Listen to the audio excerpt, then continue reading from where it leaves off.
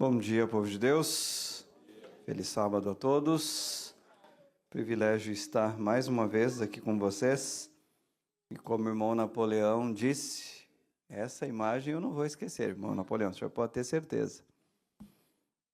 Lá no Brasil, o pessoal vivendo ali os plenos 35, 37, e a gente aqui abaixo de zero, e ainda lá fora caindo neve. É um privilégio. E ainda bem que a gente tem alguma coberta, né, para pôr aí, um casaco. Tem um corajoso ali que veio de camiseta, né? Que calor esse, hein? Queria ter essa resistência aí que nem você tem. Eu preciso me agasalhar bastante, porque senão eu começo a tremer e bater o queixo aqui. Mas um privilégio estar com vocês. Hoje à tarde, logo após o culto, nós teremos um momento bem especial. Um momento em que nós aprenderemos alguma coisa nova, reforçaremos aquilo que nós já sabemos sobre a oração. E já que dizem aí que a oração é a respiração da alma, né? Então, se você quiser se manter vivo, não vá para casa. Do lado de fora aqui, do finalzinho nós vamos orar por isso, tem um lanche ali todo especial. Tem um dos caldos, vale a pena. Ontem à noite eu tive o privilégio, depois do culto, de tomar um caldinho desse.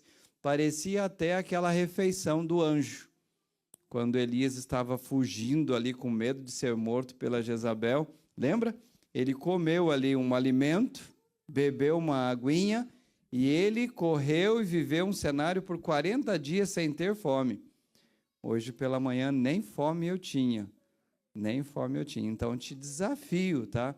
Não vá para casa, mas eu preparei lá em casa uma lasanha, eu preparei lá em casa, quem sabe, uma feijoada vegetariana, eu preparei uma torta deliciosa, eu não sei o que vocês gostam de comer, o que você gosta de comer? Tudo. Esse é dos meus, quase, né? Então, se você preparou o seu tudo lá em casa, deixe para depois, quem sabe, no pôr do sol, e fique aqui para a gente conversar um pouquinho, para a gente orar um pouco mais, e quem sabe aqui sairmos alimentados, motivados a orarmos mais do que nós já oramos, e quem sabe aí começarmos uma vida especial de oração. Então não vá para sua casa, terminando o culto, não terminou o programa, fique aqui com a gente, que com certeza vai ser de grande proveito para todos e vai ser uma alegria para nós todos. Ah, mas eu quero ir embora. Ninguém vai te segurar, pode ter certeza. Você vai poder ir para sua casa tranquilo. Ah, eu moro aqui próximo da igreja de Taunton. Tudo bem, vá para sua casa, volte rapidinho e participe com a gente. Às 15 horas nós estaremos terminando o programa de hoje. Então não vá embora, não fique até as 3 horas aqui com a gente, até as 3 horas da tarde, que eu tenho certeza que vai ser aí um momento extremamente especial e abençoado. E te desafio a experimentar os quitutes que foram preparados ali. Eu já vi algumas coisas ali, vi que o Napoleão chegou com uma panela deste tamanho assim, de alguma coisa ali dentro, deve ter coisa boa ali. Então, eu vi outras coisas à mesa também. Fique com a gente, que eu tenho certeza que vai ser muito bom e também vai ser um momento abençoado. Ontem, no nosso momento de oração, e eu quero pedir para que seja colocado o fundinho musical, no nosso momento de oração ontem nós oramos para que Deus nos desse o que mesmo? O que foi? Fé.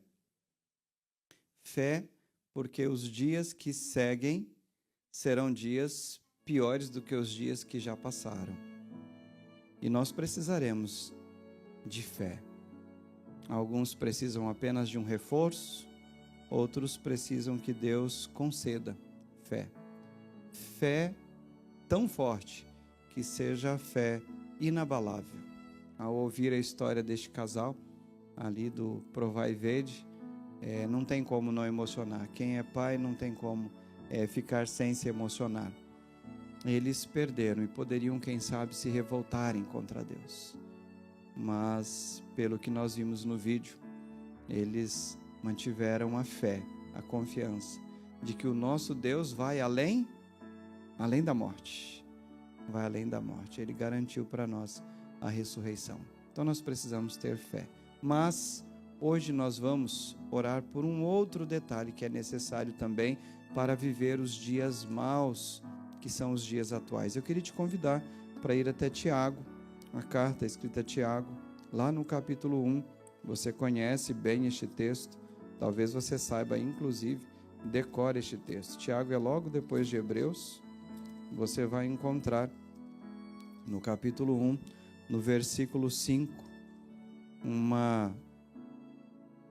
um convite de Deus. Um convite de Deus. E hoje nós vamos orar por isso. O texto diz assim para nós: se porém algum de vocês necessita de sabedoria, peça a Deus. E o verso termina dizendo o seguinte: que a todos dá com generosidade e sem reprovações, e ela vai ser concedida a vocês. Hoje nós vamos orar por conhecimento, por sabedoria, para que a nossa fé seja fundamentada, para que a nossa fé tenha um alicerce seguro, e para que, se caso alguém lá fora necessite razão da nossa fé, nós tenhamos sabedoria e conhecimento. E há um outro texto que diz que o povo, e é Deus quem fala, o meu povo perece por falta de conhecimento. Então nós não queremos perecer. Nós queremos continuar avançando no ideal que Deus tem para nós. Mas junto com sabedoria nós precisamos também orar. E eu tenho aqui recebido por parte da liderança do ministério pessoal desta igreja 60 nomes, que está no grupo da igreja, inclusive. E eu gostei muito porque o primeiro nome que está aqui, embora não seja o meu, é semelhante ao meu, é o Jorge. E o último nome é o Wilson Fernandes. Pessoas por quem a igreja está orando com a intenção de trazê-los, aproximá-los cada vez mais de Deus no ideal da salvação. Nós vamos orar por estas pessoas, nós vamos clamar por essas pessoas. Deus conhece o nome de todas elas, Deus conhece a realidade de cada uma delas. Deus sabe da situação que cada uma dessas pessoas estão vivendo e o que é necessário para que eles possam estar aqui conosco, adorando em espírito e verdade o Deus que de fato tudo pode. Mas eu quero orar também pelo seu pedido de oração. Talvez você entrou porta adentro hoje, embaixo de neve, com uma necessidade, com um pedido que só Deus pode resolver. Um pedido que, quem sabe, você já tentou, já buscou, ou quem sabe já buscou recursos lá fora, e nenhum destes foram suficientes. Eu queria saber se, a exemplo da minha pessoa, que já levanta a minha mão aqui, tem alguém mais que tem um pedido destes, que crê que só Deus pode realizar, só Deus pode fazer. Amém. O nosso Deus conhece o teu levantar de mãos. E neste momento eu quero te convidar para, junto comigo, ficarmos ajoelhados, se você puder. E assim nós estaremos entregando a Deus o nosso pedido por sabedoria, o nosso pedido também por estes irmãos nossos, 60 nomes que a igreja está orando, e por este pedido que você tem aí. Pai bondoso, Deus Todo-Poderoso, nós reconhecemos neste momento a nossa pequenez, reconhecemos a Tua grandiosidade e nos inclinamos diante da Tua presença, sabedores da nossa incapacidade, sabedores de que de fato somos pecadores, mas que temos um Deus que pode todas as coisas. Um Deus que ofereceu Cristo Jesus para perdoar, purificar a cada uma de nossas imperfeições, a cada um de nossos pecados. Obrigado a Deus por tamanho benefício. Pai bondoso, nesta manhã estamos clamando por sabedoria, estamos clamando por conhecimento, para que através do conhecimento da Tua palavra, do conhecimento daquilo que o Senhor é, daquilo que o Senhor tem como propósito na nossa vida, sejamos, ó Pai, perseverantes no conduzir a nossa vida diante do Teu querer. Sejamos perseverantes, ó Pai, na prática daquilo que o Senhor chama de bem. E assim avancemos, ó Deus, como teus representantes aqui nesta terra.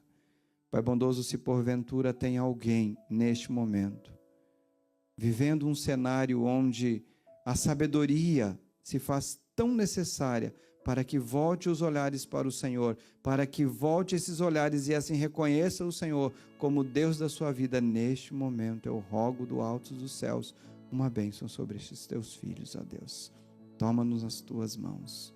Pai bondoso, também a tua igreja nesta manhã intercede por cada um destes filhos que o Senhor tem, que são listados aqui como interessados da tua igreja. O Senhor conhece a realidade de cada um deles, desde o primeiro até o último. O Senhor sabe a condição de cada um destes filhos. Por favor, Senhor, repousa as tuas mãos abençoadoras e condutoras e traga estes filhos, ó Pai, até a tua casa, para que eles possam viver diante da tua presença. Use os recursos e as pessoas necessárias para que estes teus filhos, ó Pai, possam reconhecer o teu grande amor e assim se unir a nós no propósito de aguardar um Deus que logo, logo nos salvará. Pai bondoso, Deus todo-poderoso, o Senhor também viu cada mão levantada aqui, num gesto de que confiam no Senhor e confiam a Ti este pedido que só o Senhor pode resolver. Nós só oramos, ó Pai, e entregamos este pedido, porque nós somos sabedores de que o Senhor de fato pode todas as coisas. Se necessário cura, que o Senhor assim seja o médico deste teu filho, desta tua filha. Se necessário libertação, que o Senhor seja o Deus libertador. Que se necessário a direção, que o Senhor seja a orientação destes teus filhos, ó Pai. Toma nas tuas mãos cada uma destas preocupações. E agora, Senhor, fale alto ao nosso coração, através da tua palavra. Usa, Senhor, a tua palavra, cálice humano, e que seja feito somente a tua vontade. Rogamos pelo teu poder, pelo manifestar da tua vontade, e é por isso que nós oramos nos méritos de Cristo Jesus. Amém, Senhor. Amém.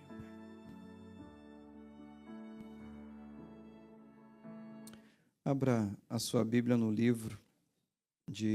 primeiro livro de Reis, no capítulo 6. Temática deste final de semana, começamos ontem, é uma incógnita, é uma pergunta. Somos de Deus? E nesta manhã a minha pergunta é: o que você é de Deus? Ontem nós vimos que Deus tem um povo com um propósito muito claro. E Ele começou este povo lá no Éden, através da bênção que Ele deu para Adão e Eva, de reproduzirem, gerarem descendentes, encherem a terra. Deus tinha, e Ele o tem ainda, até hoje, este propósito. Deus deseja repovoar o céu com os redimidos. E você e eu estamos sendo convocados para fazermos parte deste propósito de Deus. Qual é o propósito que Deus tem? Qual é o propósito que Deus tem hoje para nós? Primeiro livro de Reis, no capítulo 6. Este é um sermão que eu gosto muito. É uma mensagem que fala alto ao meu coração e eu espero que fale alto também ao seu coração. E eu explico logo de início o porquê. Eu gosto muito de números. Se eu não tivesse sido pastor, eu teria sido professor de matemática. Inclusive, eu estudei ciências para ser um professor de matemática. E, por fim, alguns caminhos da vida me levaram para outros setores de cálculos também. E, por fim, fui à teologia. E eu tive que me forçar em 2 anos de teologia, estudar com blocos numéricos, porque a minha cabeça era só número.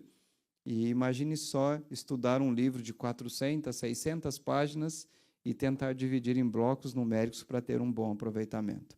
Deus transformou isso e depois, então, a mente ficou um pouco menos quadrada e hoje já está um pouquinho mais ajustada e um pouco longe dos números, mas não deixei de gostar dos números. E o verso 1 diz assim: no ano 480, olha os números aí, depois que os filhos de Israel saíram do Egito, Salomão, no 4º ano do seu reinado, o número de volta, no seu reinado sobre Israel, no mês de Zive, que é o 2º mês, começou a edificar a casa do Senhor. Quanta informação nós temos só neste primeiro verso.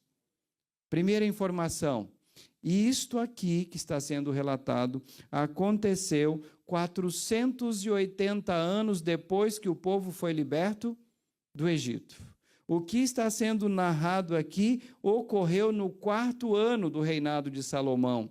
Sabemos que todo o cenário estava preparado, Davi queria construir, Deus disse não, e então foi Salomão quem construiu. E ele não fez no 1º mês. Ele começou a construção do templo no 2º mês. Diz claramente aqui a construção do templo. Vamos continuar com os números. Verso 2. O templo que o rei Salomão edificou ao Senhor tinha 27 metros de comprimento, 9 de largura e 13,5 de altura. O pórtico à entrada do templo media 9 metros no sentido da largura do lugar santo contra 4,5 de fundo. Para o templo fez janelas de ripas fixas superpostas contra a parede do templo, tanto do santuário como do Santo dos Santos. Edificou andares ao redor e fez câmaras laterais ao redor. O andar de baixo tinha 2,25 metros de largura, e o do meio 2,70 metros, e o terceiro 3,10 metros. Pela parte de fora do templo ele fez reentrâncias para que as vigas não fossem introduzidas nas paredes. Vamos aos dados. Nós estamos falando do ano 480 depois da saída do Egito, ou seja, nós estamos falando do ano 966 a.C. Ou seja, a saída então do Egito foi por volta do ano 1445 a.C. Precisamos então fazer uma viagem no tempo. Se nós voltarmos no tempo, nós vamos chegar aí a aproximadamente 3.000 anos atrás. E a pergunta que se faz é, o que é que aconteceu há 3.000 anos atrás que se faz agora significativo para cada um de nós? O que é que Deus estava orientando os seus servos e eles assim registraram na palavra de Deus? O que é que Deus estava falando com os seus servos há quase 3.000 anos atrás, que ele ainda continua desejando falar com os servos dele nos dias de hoje, no ano de 2025? O verso 7. E é do verso 7 que Deus quer falar ao teu coração. E eu te convido mais uma vez a orar. Feche os teus olhos e ore comigo. Pai bondoso, fala conosco. Usa a tua palavra, Senhor. Impressione o nosso coração. Que o teu Santo Espírito tenha liberdade. Nós oramos em nome de Jesus. Amém. Verso 7 diz, o templo foi construído com... Me ajudem? Com o quê? Pedras. Qual era a condição destas pedras? Pedras já preparadas aonde? Lá nas pedreiras, de maneira que durante a construção do templo não se ouviu nenhum barulho de martelo, nenhum barulho de machado ou qualquer outro instrumento de ferro. Deus havia orientado para que assim fosse feito. E eu começo a imaginar o cenário de Salomão. Salomão acorda numa manhã e diz assim, acho que eu vou construir um templo. Como seria um templo? Salomão era dotado de muita sabedoria e ele começou a esboçar ali, como a Ana esboça ali na sua casa, alguns móveis, alguns ambientes. Não, não foi assim. Não foi Salomão acordando e pensando, olha, eu vou começar a construção do templo. Algo de especial aconteceu bem antes disto aparecer no coração de Salomão.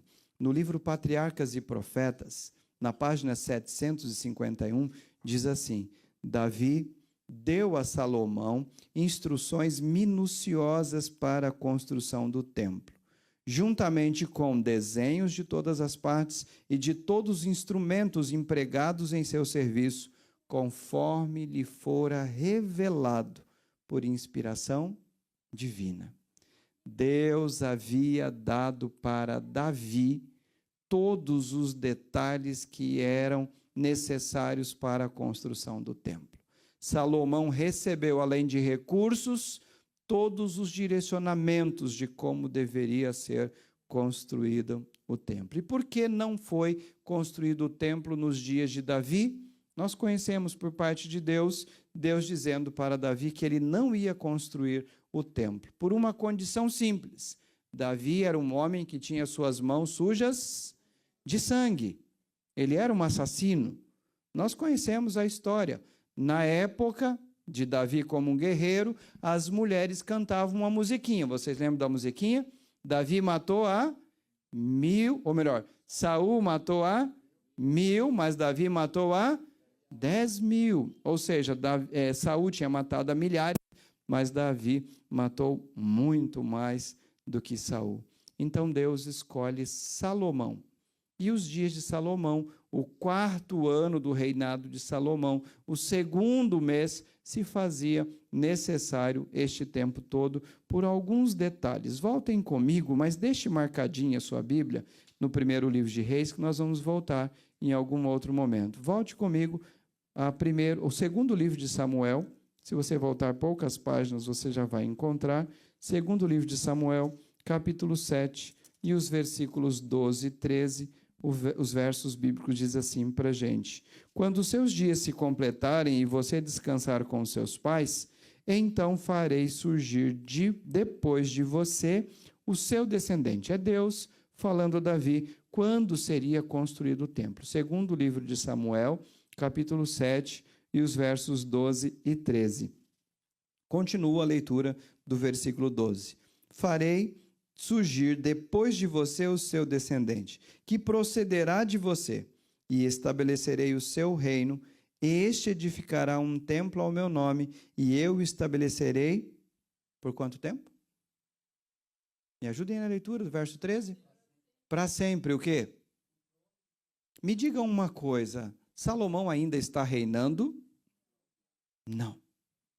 Então, este texto, embora referisse-se a Salomão como aquele que construiria o templo, a conclusão final deste templo só aconteceria muito tempo depois de Salomão. E este reinado seria um reinado sem fim. Então, podemos dizer que o templo ainda não está pronto, porque o templo de Salomão foi destruído pelos babilônicos. O templo ainda não está pronto. O trono não continua Salomão sentado nele. Deus quer falar conosco justamente por este cenário. Nos dias de Salomão era importante a construção do templo, primeiro porque havia paz. Salomão havia feito alianças com praticamente toda a região. Nós conhecemos o cenário e, através dessas alianças, nós conhecemos também o caos que se instaurou na vida de Salomão. Era um tempo de paz. Também era um tempo próspero. Além dos recursos que Salomão já havia recebido do seu pai, o reino vivia um momento muito próspero. E, óbvio, construir com tranquilidade, com dinheiro, é muito melhor. Nós temos algumas pessoas aqui que trabalham no setor de construção, em áreas específicas, mas trabalham. Construir com dinheiro não é mais fácil? É muito mais fácil. Nós estamos aqui construindo a cozinha, os banheiros, os detalhes que envolvem da igreja. Temos muito dinheiro no caixa para construir? Não, não temos. Fica fácil construir assim? Não, a gente economiza os pregos. O prego entorta, a gente fala assim, ô prego, volta aí, porque estamos precisando economizar. E já faço um apelo aqui para a igreja de Taunton. Faça doações para que esta construção se amplie. Eu já sei que existem maiores necessidades nesta igreja e você precisa fazer parte disso também. E é muito bom. Amanhã nós vamos estar aqui, né, Moisés? Construindo a igreja de Taunton. Já está mais bonitinho lá. Se você puder passar lá para olhar, mas passa só se você tiver interesse de ajudar na construção, tá bom? Se não, deixa ficar pronto, depois você vai ver, tudo pronto, fica mais fácil. Salomão vivia em dias de paz e dias de prosperidade. Além disto, o povo vivia a expectativa do templo. Cansados daquele tabernáculo, feito ali por peles e tecidos, agora o povo vivia a expectativa do templo. E o povo estava disposto a isto.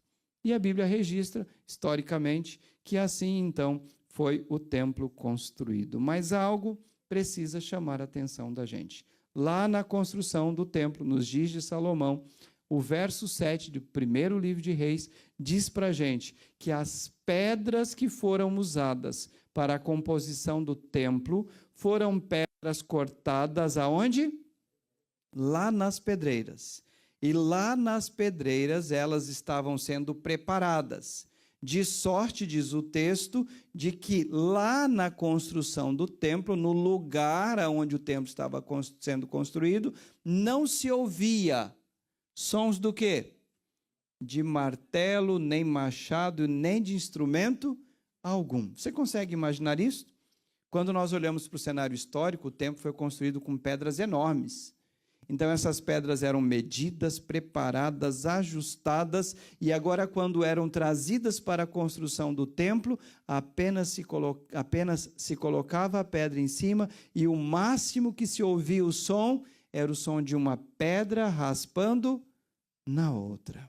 Assim foi construído o templo. As pedras eram cortadas na pedreira, lavradas na pedreira, medida na pedreira, vinha somente quando estivessem prontas. Não havia sons de instrumentos, nem martelos, nem marretas, nem machado, nem qualquer outro instrumento de ferro. Apenas o som de pedras com pedras. Ou seja, todo o processo de burilamento ocorria lá na pedreira. Toda a ponta de pedra, toda a farpa da pedra, toda a aresta, tudo que não estivesse na medida exata e que não fosse a forma correta, tudo era preparado, retirado, ajustado lá na pedreira. É aqui que Deus quer falar com você e comigo. É deste ponto que Deus quer falar com a gente. É neste momento que você e eu precisamos ligar o nosso coração com a vontade de Deus, porque quando nós olhamos para esse cenário, as pedras que compõem a casa de Deus são pedras perfeitamente ajustadas no padrão de Deus. E o que Deus quer dizer isso para a gente? Eu quero te levar até um outro autor bíblico. Ele é confundido por aí como pedra. O nome dele em grego é Petrus. Então nós vamos lá para a primeira epístola de Pedro. Vá comigo um pouquinho antes do Apocalipse.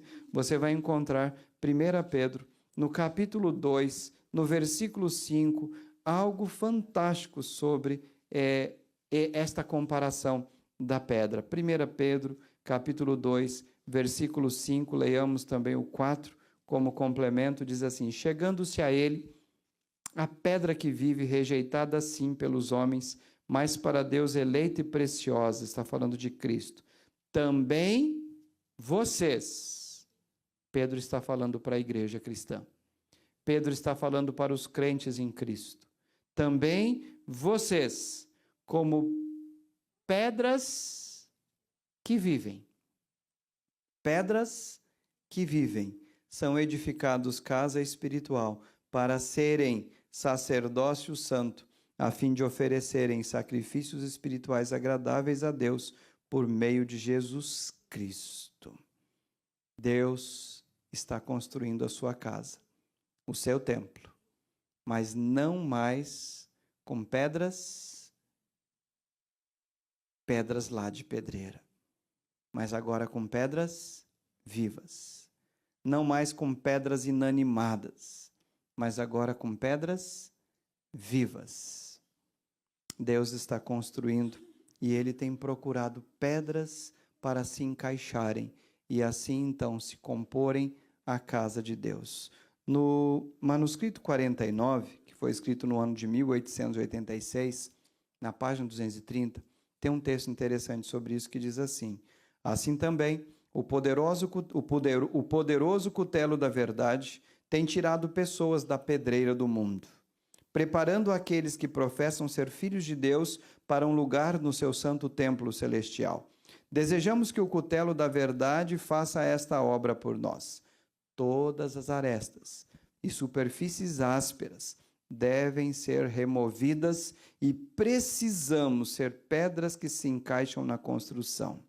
Somos trazidos à obra na igreja, com defeitos de caráter, mas não devemos conservá-los. Precisamos ser preparados e ajustados para a construção de Deus. Deus tem procurado homens e mulheres como pedras que vivem para comporem a casa dele aqui na terra. Assim como nos dias de Salomão, as pedras que vinham para compor a construção do templo, hoje também não pode haver farpas, não pode haver pontas, não pode haver imperfeições. Tudo precisa ser trabalhado na pedreira. Tudo precisa ser burilado na pedreira. E onde é que é esta pedreira? O mundo. O mundo é a pedreira que Deus tem usado para burilar as pedras que se encaixarão na construção de Deus. As lutas, as dificuldades. Tem você passado por provação? Tem você sofrido por causa da escolha que você fez em servir e conhecer a Deus?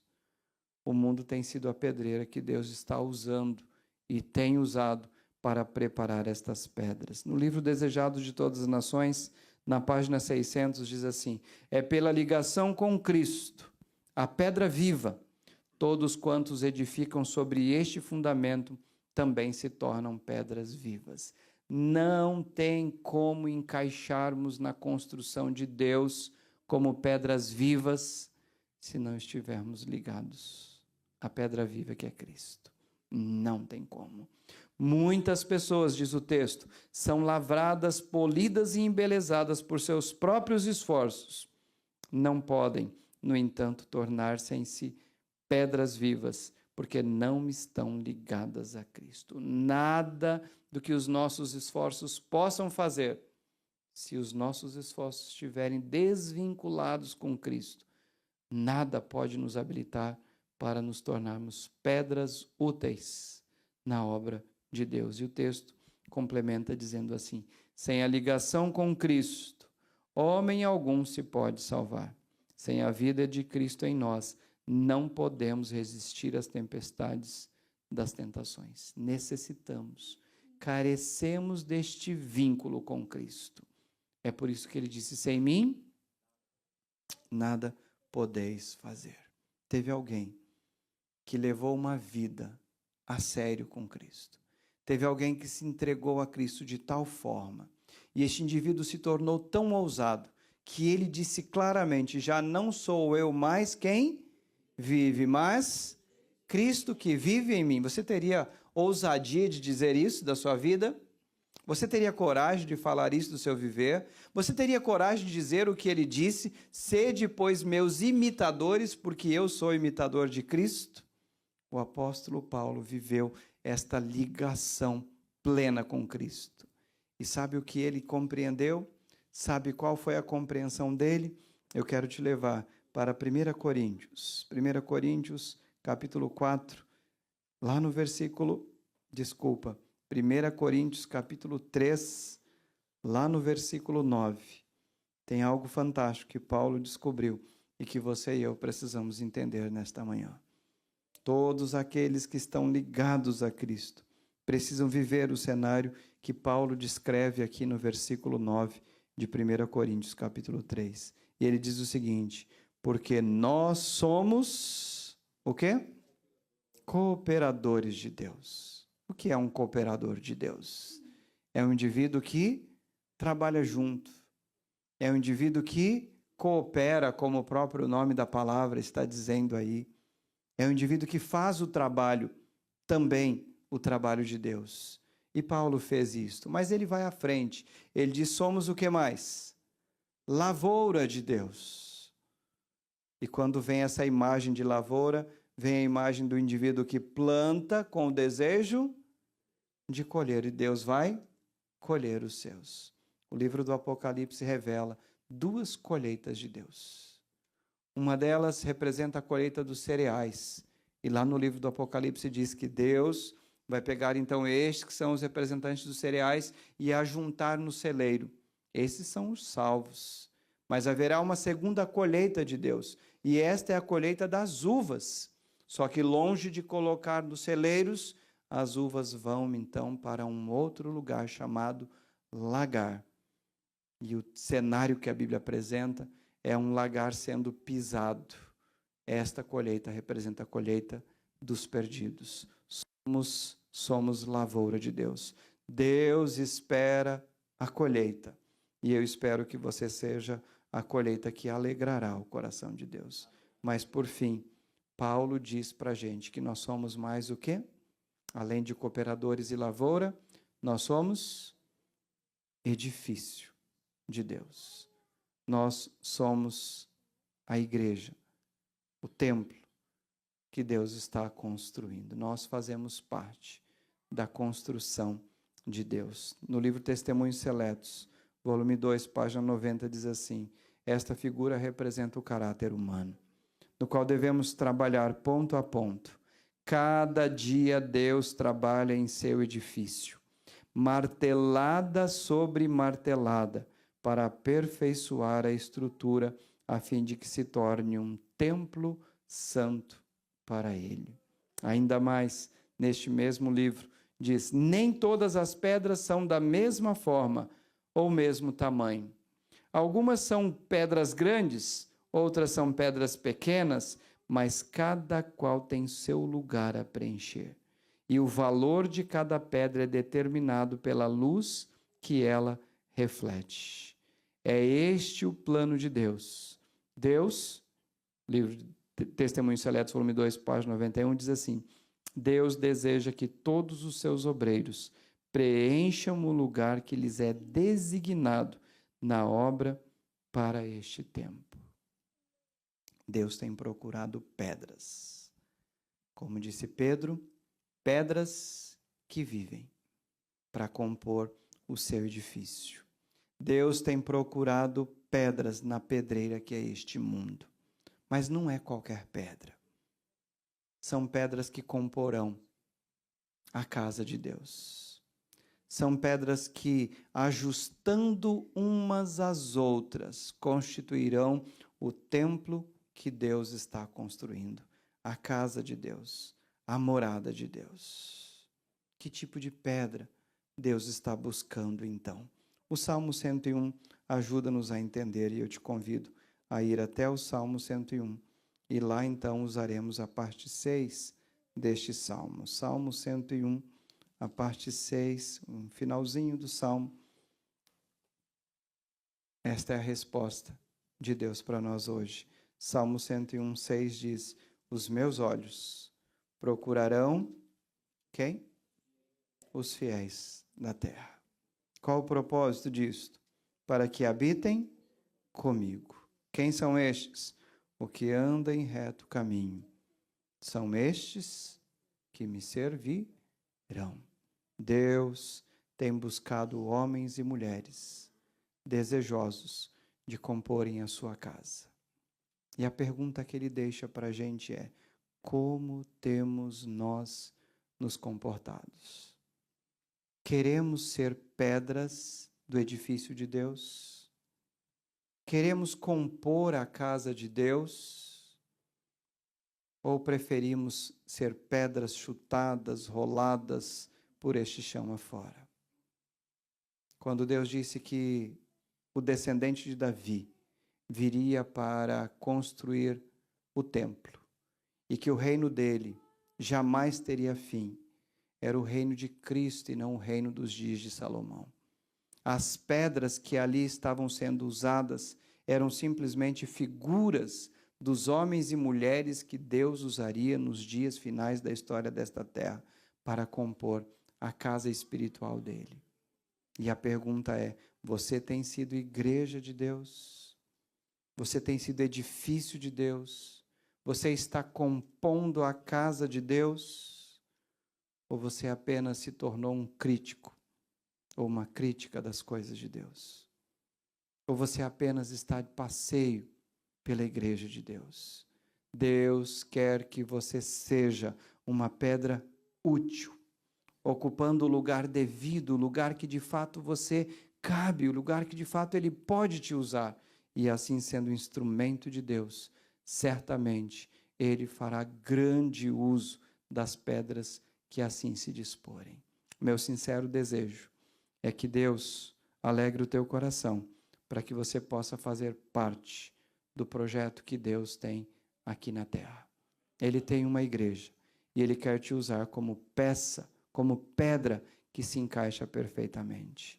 Meu propósito de oração hoje por você é que Deus te use na construção que Ele iniciou lá no passado e que Ele completará logo, logo no futuro. Mas você não pode esquecer, Deus tem necessidade de pedras, pedras lavradas, pedras buriladas, pedras vivas. Deus quer usar você e eu para o propósito que Ele tem. A palavra de Deus diz que logo, logo, Jesus vai apontar nas nuvens dos céus. E quando Ele vier, as pedras se encaixarão uma nas outras e comporão de forma completa a casa de Deus. E assim o propósito inicial se completará de forma plena. Enquanto você vai ouvir esta música que será cantada agora, pense na volta de Jesus. Mas pense no que você está fazendo hoje na construção de Deus. Pense no papel que você está desempenhando hoje na obra que Deus quer fazer aqui nesta terra. E pergunte a si mesmo se você é parte desta construção de eternidade, desta construção do reino de Deus. E se você sentir no teu coração em dizer, eu quero ser pedra, usada por Cristo, na casa dele, enquanto estiver cantando, fique em pé em manifestação de entrega, de oração e de aceitação. E depois eu quero orar pela tua entrega. Oremos. Pai bondoso, muito obrigado, Senhor, porque a despeito do nosso tamanho e significado,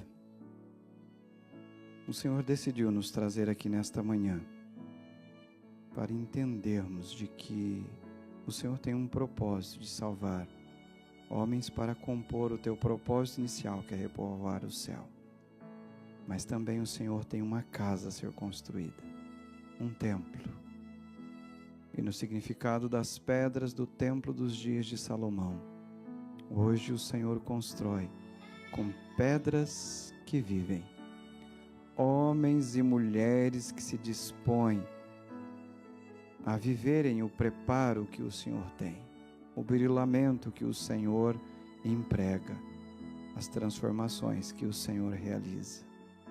Aqui estamos em pé, Senhor, pedindo para o Senhor agir na nossa vida, pedindo para que o Senhor atue no nosso viver e nos prepare para sermos usados por Ti. A Tua casa, a Tua igreja necessita de homens e mulheres que representem o Teu nome como Teus cooperadores. Ajuda-nos, ó Deus, ajuda-nos a sentirmos e avaliarmos o privilégio que temos. Logo, logo a Tua casa será composta pelos salvos, pedras transformadas, pedras glorificadas, pedras que serão chamadas de benditos do Senhor. Por isso, ó Deus, prepara o nosso ser, prepara o nosso coração, para que pela alegria do contemplar Cristo aqui, agindo em nós e através de nós, tenhamos o privilégio de contemplar Cristo para todo sempre. Estenda a Tua mão abençoadora sobre o Teu povo e os abençoe, ó Deus. Cele aí no céu cada uma das decisões por Ti e auxilia, ó Pai, aqueles outros que não puderam tomar a decisão neste momento. Que o Senhor insista no preparo, insista no trabalho, para que logo, logo a Tua casa esteja plena, composta, e Cristo possa vir buscar os salvos. Pai grandioso, pedimos uma bênção também sobre o alimento que foi preparado. que nunca falte na mesa destes que prepararam, que faça bem e nos nutra a todos que vamos participar deles.